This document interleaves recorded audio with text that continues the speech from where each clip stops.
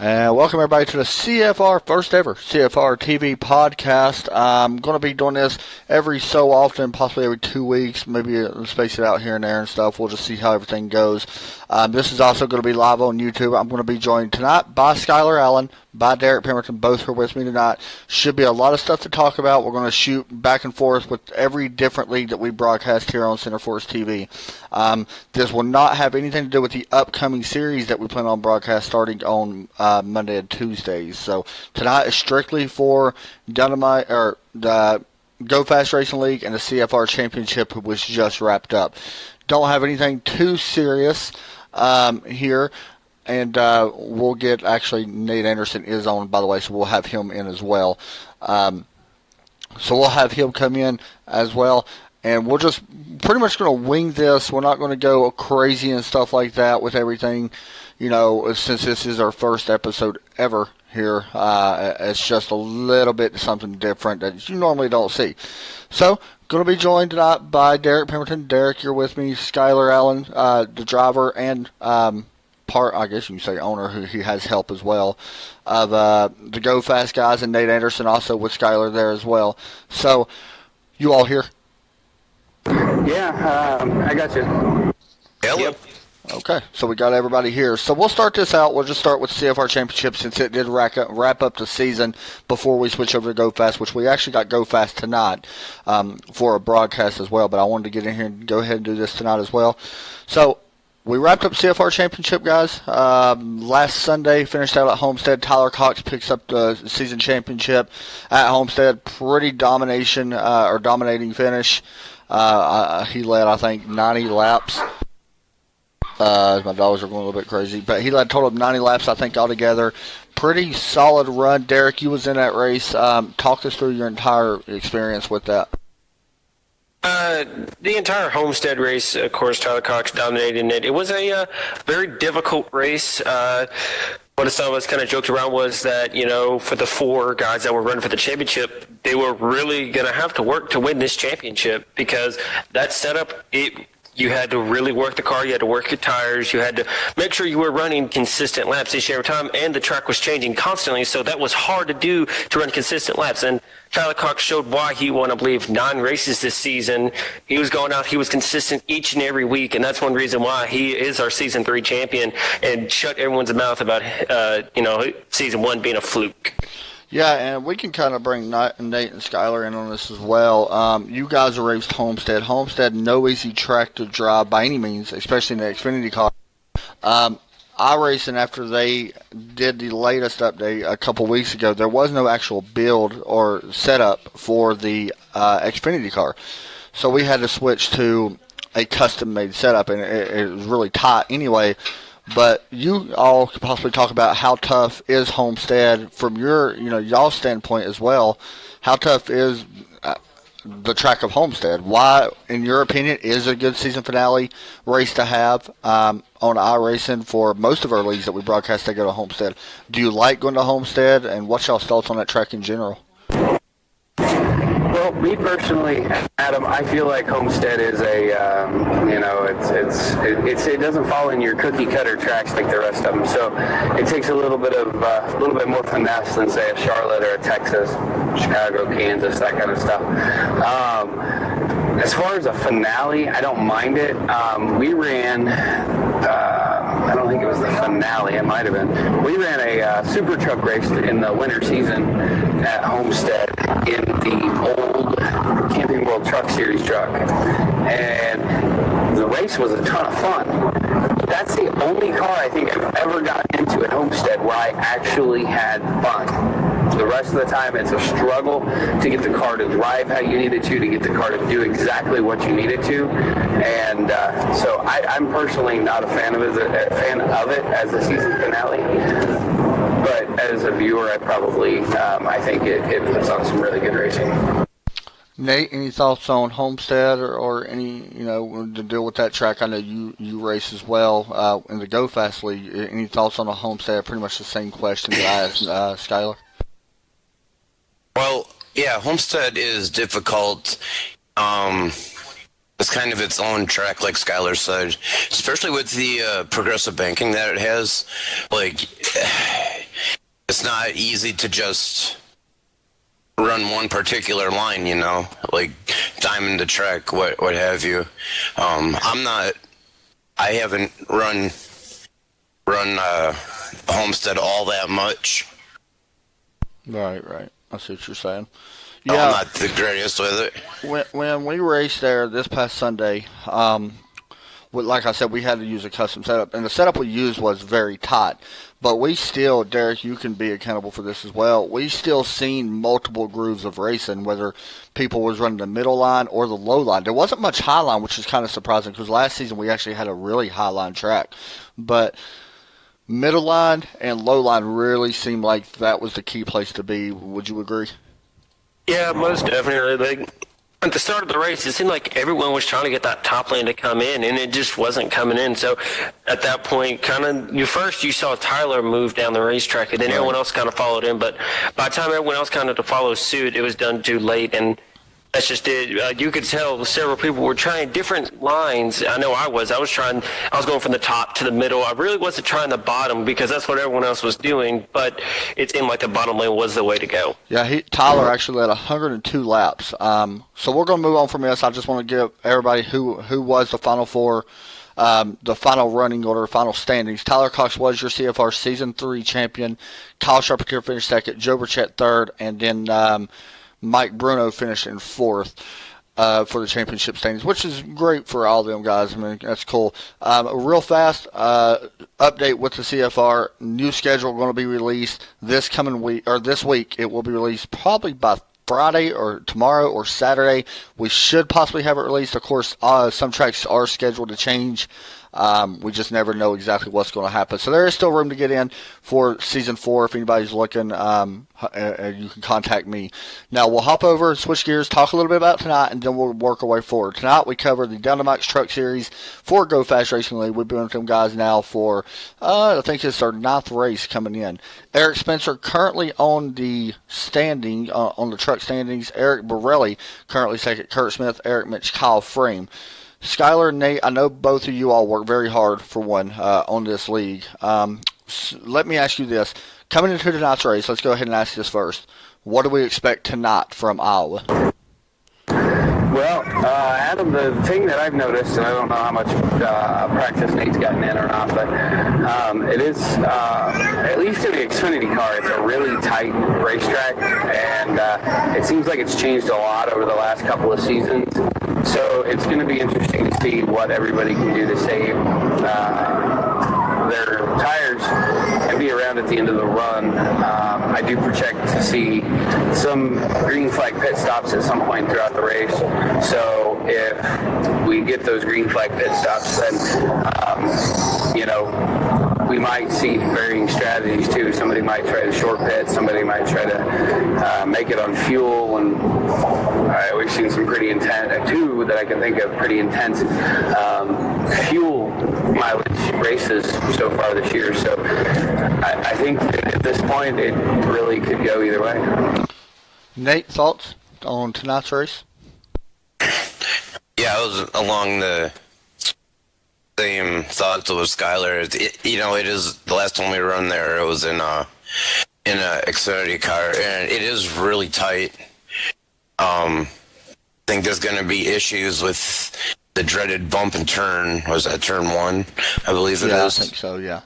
Yeah, some people might hit that wrong and then push up into the corner a little bit.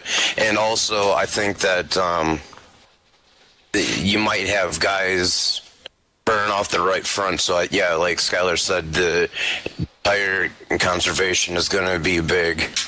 Yeah, something I was sitting here looking at right now, last short track we had, I'm not taking Dover, I'm not counting it as a short track. The actually short track race that we had was Martinsville. It was 188 laps. I'm considering Iowa a short track, by the way.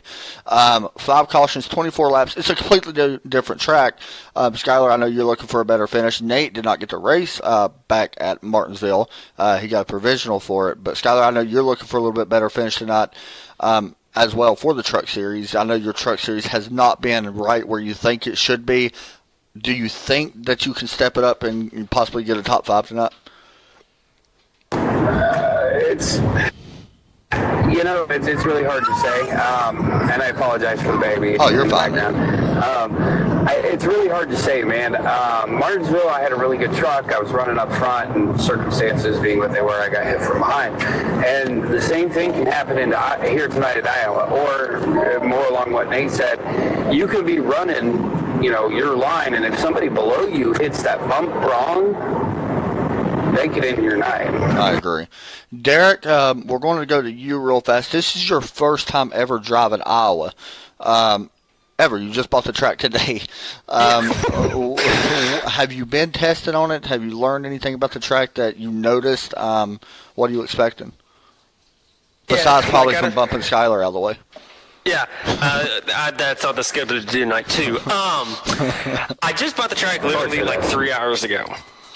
So I got into a practice session for the truck series, just for the C-Class, whatever, hopped in there, tried to run some practice laps, and it was super tight. Like, that was a really tight truck. I've never driven a vehicle that tight before. It felt like it was tight. I don't know, it might have been the racetrack. But, yeah, very bumpy, constantly feels like you're constantly turning the wheel. So how I compared it to like Oxford Plains, you're constantly turning that wheel at Oxford Plains, and I feel like that's what you're kind of doing here in Iowa now. It's probably different for everyone else, but that's what it feels like to me, is that you're constantly turning that wheel to the left, and going too wide off into a corner may not work so well because I don't exactly know where the line is, but I feel like there's going to be a lot of people sliding up the racetrack. I am really looking forward to tonight's race. I'm going to be honest with everything.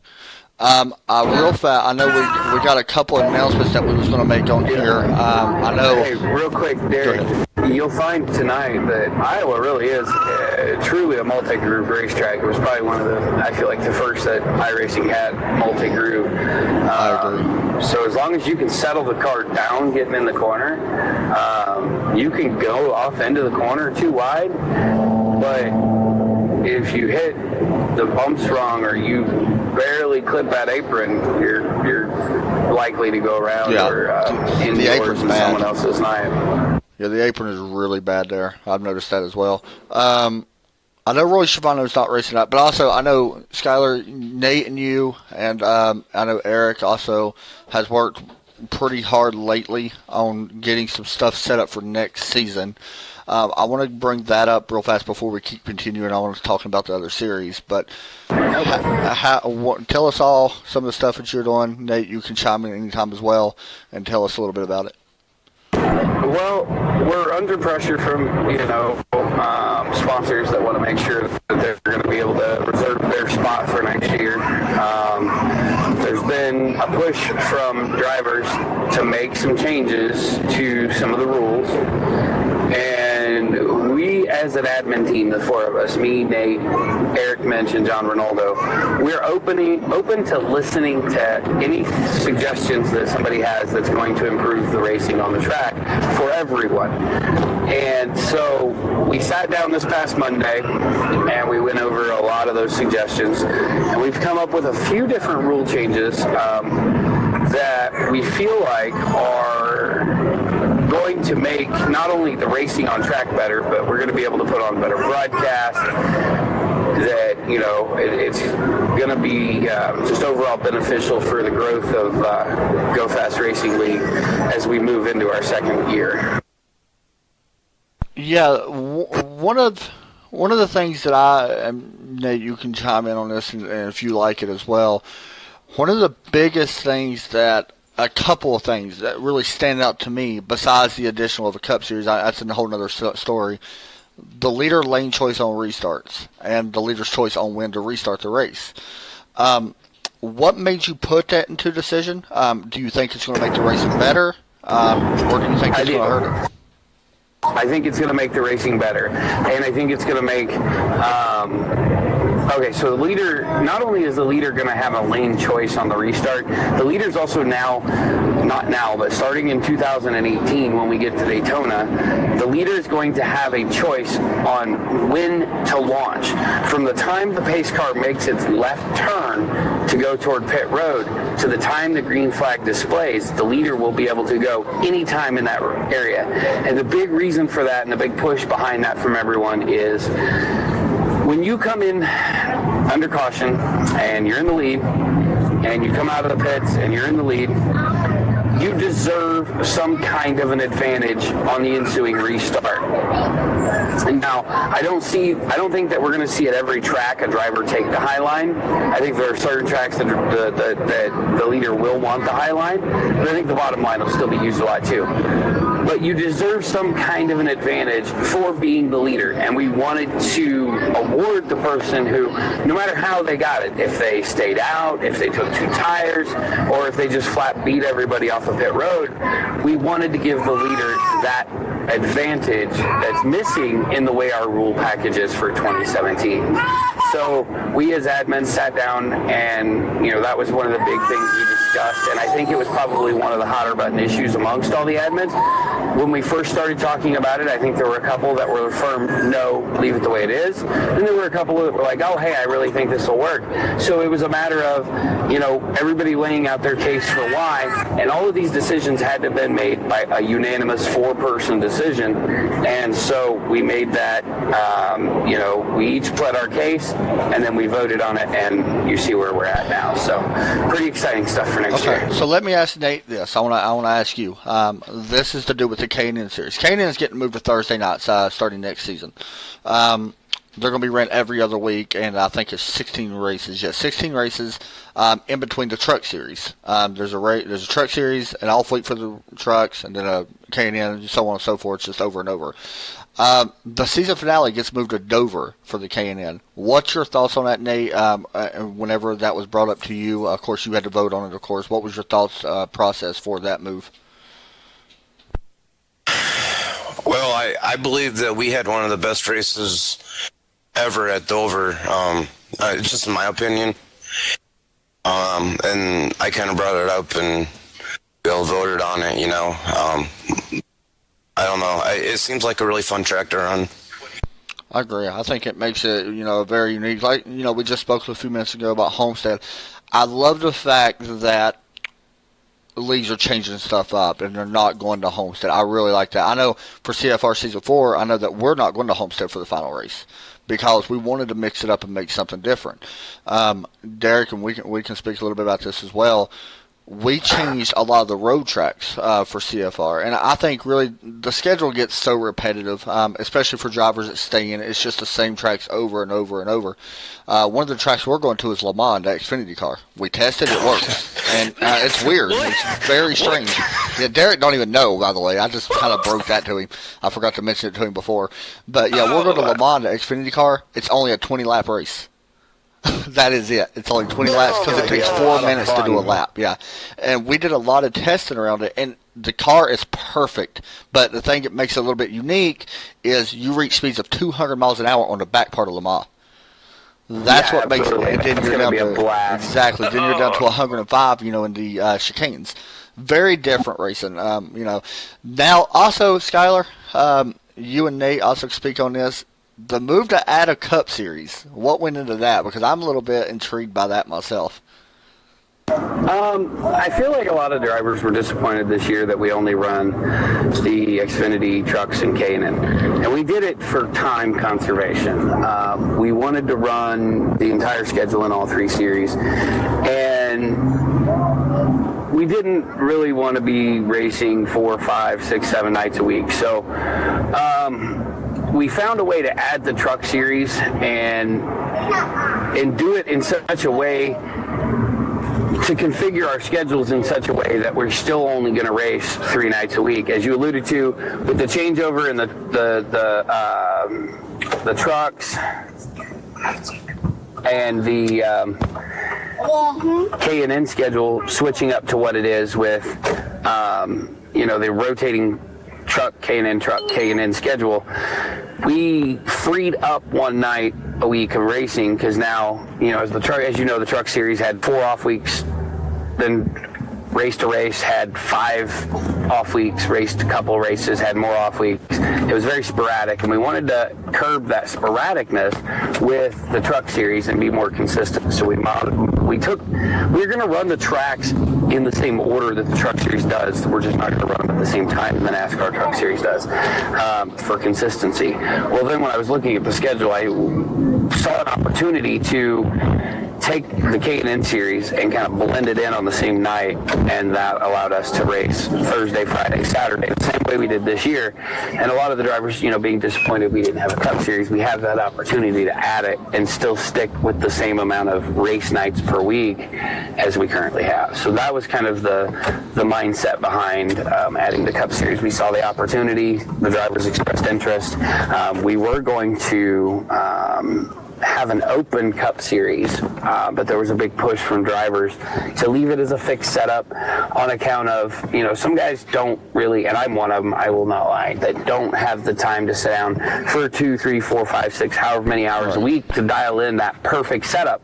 And the part of the joy of Go Fast Racing is the fact that you can pretty much jump in practice, run some laps, get a feel for the car, and go out and, for the most part, be competitive in the race. Now, tonight, we got to Go Fast Trucks. Tomorrow, the K&N Series, and Saturday, the Xfinity Series. Todd Cray's in the points in the K&N Series. 13 other races complete right now. We got a few more to go. We're not quite halfway there yet. Benjamin Nelson has stepped into the car the last few weeks and picked up 2 wins in his 3 starts. He is sitting back in 21st, 472 points behind. So I think it's a little stretch to say he could. I mean, there's still a chance he could catch Todd Cray. Todd's been on it. What's your thoughts so far on the K&N Series so far, and are you happy with the races that it has produced? Nate, we can start with you on that one. Oh, yeah, I'm extremely happy with it. A lot of people like that car, and it's kind of a car that gets missed out and kind of steps over a lot. But at the beginning of the season, it was kind of my idea to bring it in, kind of as a stepping stone type race, kind of how NASCAR does it now. Yeah, I like it. Every race we've seen so far, Nate, right now you're 3rd in points, Skylar 4th in points. Skylar, are you happy with the K&N so far for this season? You've only been in 8 races, but you're still 4th in points. Yeah, I feel like I really feel like the turnout has been pretty decent. We're we're a kind of I really consider us an upstart league still. We're in our first real season. And, we're out here putting on good races. We've got the same core group of drivers that are showing up to each and every single race. And, they're coming out week in and week out, and they're racing with us, and they're having fun. And all these guys are coming out. They're having a blast. They're, it's the same core group that keeps coming out. And then we're adding new drivers. We're getting them from the broadcast, and they were really liking this K&N car. We've put on some of, I think, our best broadcasts in this K&N car, and it's a lot of fun to sling that car around the racetrack. Pretty much, no matter where we're going. I can't really think of a race yet that I didn't have fun. Now, granted, I've missed a few of them for this reason and that, but it's just one of those things where we as admins decided that was going to be our other series for the year, and I'm kind of glad that's the direction we went, and we, with a change, decided to keep it in place for next year as well. Make sure you get me a number 2 with large Coke. I'm playing. You can tell Skylar's on the highway, by the way. Yeah. Well, actually, I'll give you a little bit of a. I found this new store, and I'm going to give them a plug because it's absolutely freaking amazing. It's called Micro Center, and they're all over, and I had never heard of them. It's a big, giant. It's Best Buy's computer department on steroids. Oh, really? Wow. I just went and picked up 3 AOC 27-inch monitors for $164. Oh, that's cheap. That's cheap. Yeah, that's really My cheap. lady I just got Shelby a new laptop. She's in school and she needed a new laptop. That's awesome. And I got a new case for a freaking thermal take case with 4 built-in fans, a whole 9 yards for $40. Wow. This place is amazing. So Man, I need we're to on our way find one. back.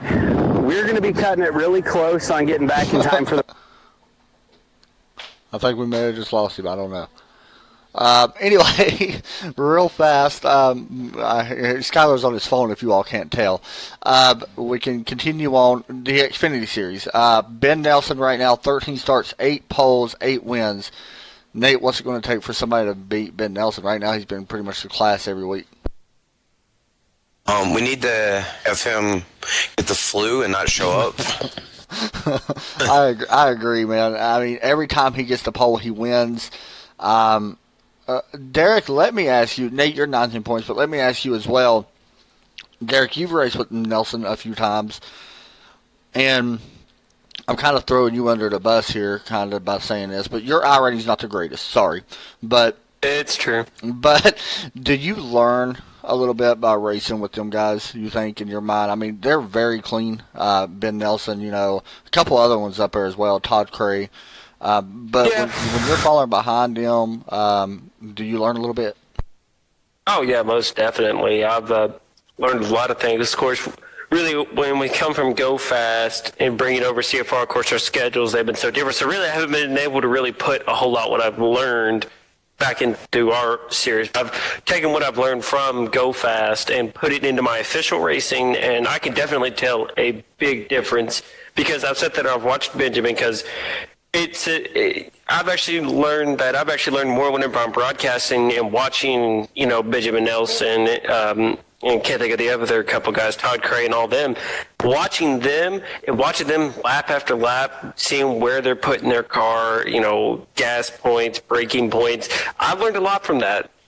I'm not saying I could still go out there and, you know, if we were to do it again, that I could outrun them or nothing, but I'm just saying that learning that little bit has increased my ability just slightly enough where I'm starting to see a slight improvement just based off of it.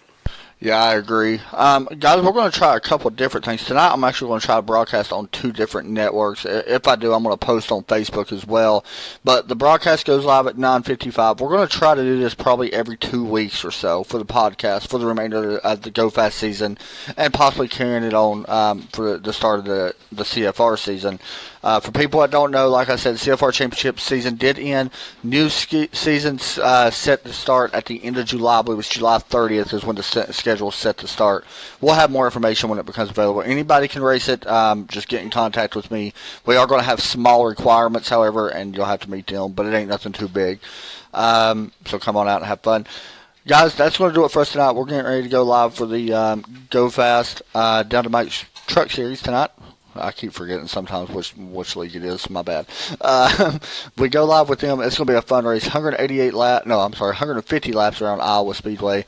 We'll be live on YouTube at 9:55 p.m. Skylar, I don't know if you're still here. Nate, Derek, thank you all for joining me. I hope we can do this again soon. Anything anybody else want to say? Tune in to Center Force TV tonight. Watch the Go Fast Racing League run the Truck Series at Iowa. It'll be fun. Derek, anything? No, hopefully I just don't die tonight. That's always the positive thing. All right, guys. Thanks for watching, and I'll hopefully see y'all on the broadcast. Thanks for watching, guys, and bye.